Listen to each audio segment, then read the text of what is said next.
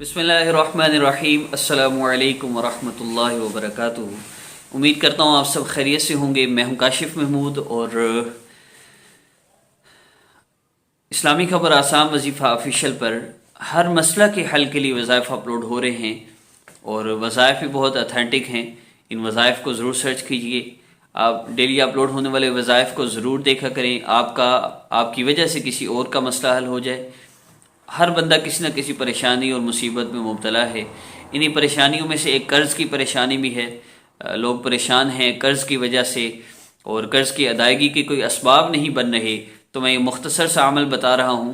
انشاءاللہ قرض کی ادائیگی کے لیے اس سے بہت زیادہ فائدہ ہوگا۔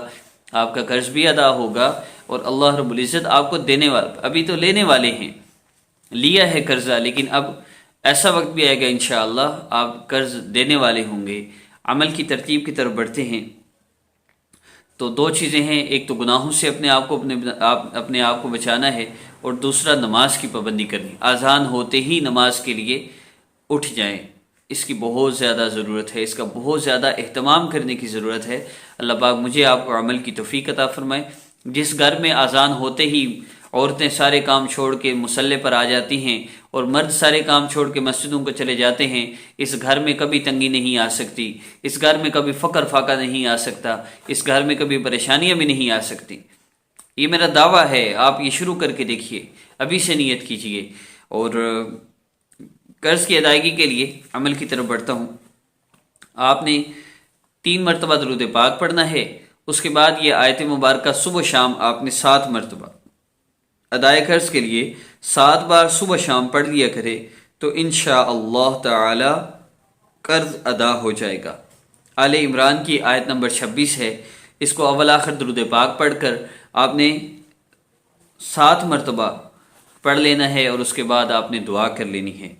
آیت مبارکہ کیا ہے؟ آیت نمبر سورہ آل عمران کی 26 نمبر آیت ہے، اعوذ باللہ من الشیطان الرجیم، بسم اللہ الرحمن الرحیم، قل اللہم مالک الملک تؤتی الملک من تشاء وتنزع الملک ممن تشاء وتعز من تشاء وتذل من تشاء بیدک الخیر انک علی کل شیء قدیر۔ اس آیت مبارکہ کو صبح شام 7 مرتبہ آپ نے پڑھنا ہے۔ اللہ رب العزت سے دعا کر لینی ہے۔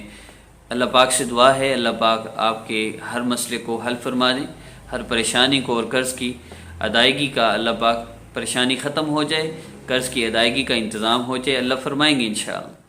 دعاؤں کی درخواست ہے۔ السلام علیکم ورحمۃ اللہ وبرکاتہ۔